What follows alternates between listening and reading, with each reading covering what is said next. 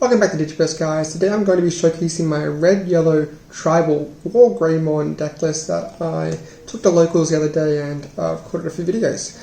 This is my pet deck from BT5 that I've updated for BT6 EX1 that I was able to play in the last couple of weeks in BT7 before BT7 comes out.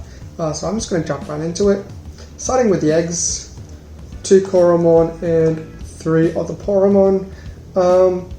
You could play 3 Poromon, and honestly that would be more ideal. I just didn't have the 4th one on me at the time. But getting that extra kill, anything that's 1000 after you reduce the DP, is quite important. The extra draw a card off the Coromon isn't too relevant after BT6 or EX1, because the addition of Analog Boy actually helps out consistently quite a lot, so you don't really need to be drawing as much as you used to back in BT5. On to the rookies. So that's a red bottom compared to a yellow top that I'm going to be showing off. Rookies, we've got 4 of this Agumon plus 2k when it has a Digimon with Greymon underneath it. This works of course with yellow Greymon, yellow Wargreymon of course. That's probably the most important card to put underneath a Greymon, but a lot of the time you are digibursting anyway, so Agumons don't matter too much. That's why we have a lot of Agumons that have on-play effects, such as this Agumon here. This one searches you Tamers. And Tamers, of course, are super important in this deck. They get you free Agumons, they get you free memory depletion, DP depletion, all that good stuff. This Agumon here searches you Greymons. Very important to see the right Wargreymon, and especially seeing your level 5, considering that level 5s can often be the choke point for your deck. One Agumon that kills something with that's 3k DP or less on play, and 1 Digibursting Agumon. These ones don't come often. These effects don't come up too often. This one mainly comes up when you play it off a Nokia for that free killer dude of 3k, and you can ignore the 5 cost to normally play it. Digibursting sometimes comes up with the Agumon, but it's really just to have more variety, so you can see the right Agumon at the right time. And that is 13 rookies, really standard ratio for scaling up. On to our champions.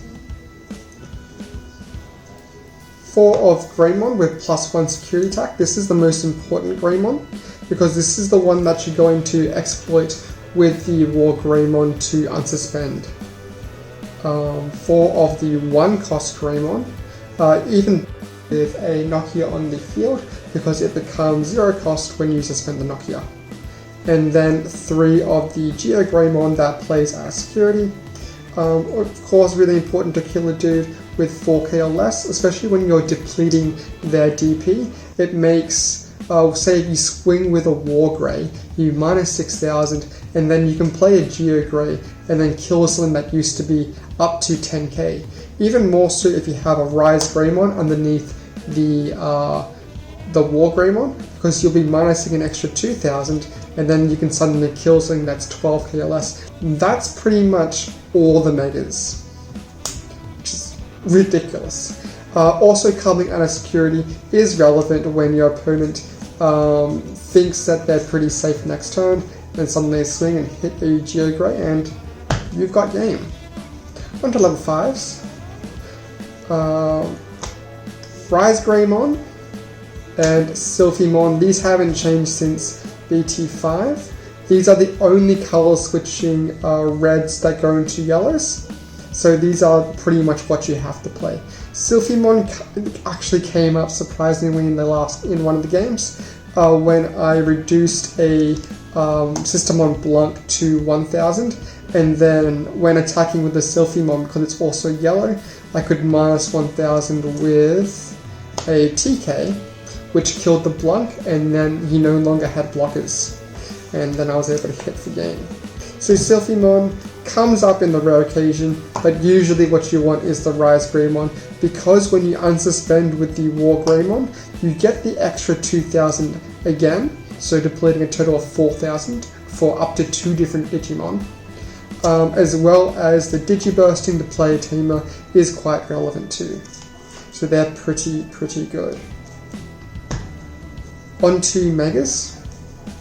4 of the Yellow Wargrey, and 3 of the Shine Greymon from the structure deck. This Yellow Wargrey is your main dude. This is the guy you're going to be going into 90% of the time. Shine Greymon is just there if you don't see your Wargreymon. Shine Greymon's pretty good for +1 security attack plus piercing, so if they block it you still get the damage in, which is pretty good, and especially if you stack it up with a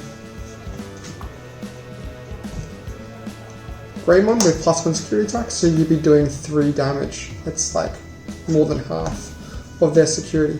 But still, Wargreymon is the most important one because you are board controlling with -6,000, potentially an extra -2,000 with the Rise Grey, or actually -4,000. So these two make a total of 10,000 when minusing together. And then you can follow it up with, of course, a Geo Grey, which can kill something that's 4k. So that's -10,000 plus a kill something 4,000. This can kill something that is 14. Or you can also pair it up with the Agumon here, that kills something with 3k. So this would kill Squigging with 6k minusing, and then minusing twice with the 2k, and then 3k killing the 3. This is 13. Or, one last one, is the Trident Revolver. You can -6k, -4k, 10k, plus killing something 6k, 16k. That's ridiculous. And of course you can split up the Wargreys and the -4,000 from the Geogreys onto different mons. That way you can target maybe a bunch of different blockers, or clear out a bunch of low DP rookies, or potentially build them up to kill potentially a Mega or even level 7. Also, one last thing, since we are moving on to Tamers already, clear this up.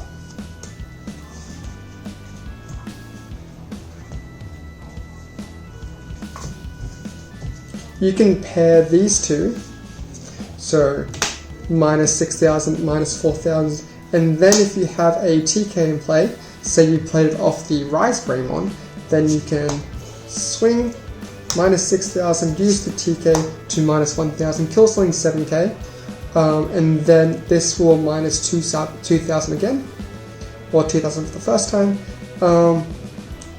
killing something that's 9k. You'd unsuspend, then you swing again, all up together, that's -11,000. This will kill many level 6s, or just a variety of little mons if they have a wide spread on the field. So that's really good for board control. And then, with the TK, we'll go on to the rest of the Tamers. Analog Youth has been a huge addition to this deck, considering that it is searchable with this Agumon, and it adds an extra layer of consistency for finding the right dude at the right time. Much better and much more consistent, much better for you than the red memory boost, considering, or even yellow memory boost, considering that this isn't limited by color. So this can get you your Wargreymons, this can get you your Rise Greymons, despite their color. Of course, it's really cheap too, which is nice, and getting the extra memory or egg hatch sometimes comes up, not often, considering that usually you're banking on your 1 level 6 coming out of the nursery to hopefully control the entire board and do lots of damage, because in this format it's very rare to get to your 2nd level 7, considering how fast the meta is right now with all the bonds and Rookie Rush style decks. Then we've got Nokia and 2 Marcuses. Nokia, absolutely amazing playing your Agumons for free, especially getting their on-play effects, since it doesn't stop their on-play effects, to get. Another cheeky thing you can do with it if your opponent hits that as security is that its on-play effect activates. Then you can play an Agumon, which can kill something with 3k or less. That might make the difference between your opponent hitting from game and your opponent completely missing lethal, which is really, really nice, especially giving you another body on the board to potentially swing, do some chip damage, or hit for game next turn. Really, really cheeky, that Nokia. And then Marcus, of course, is really nice being played by a Greymon to get that free memory when you hit him with it, or evolving into the Wargreymon. And of course, it's a memory setter, which is really nice considering that it's actually quite difficult for you to bring out your level 6 if your opponent is memory choking you at 1. So you have to have both Nokias out if you don't have a Marcus and your opponent keeps putting you at 1.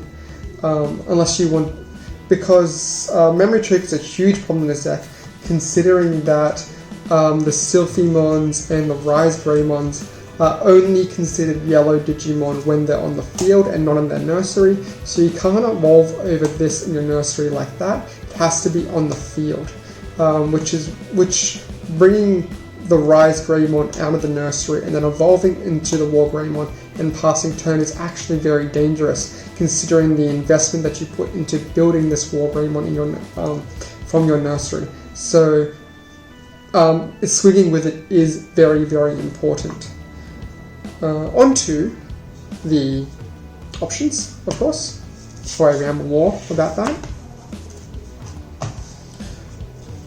2 Gaia Forces and 1 Trident Revolver. These are nice cards. These are just nice cards. Gaia Force, really important to remove bodies, also coming on security is important, and Trident Revolver, using it sparingly. This card can play actually any Tamer, which is really nice, doesn't matter what color.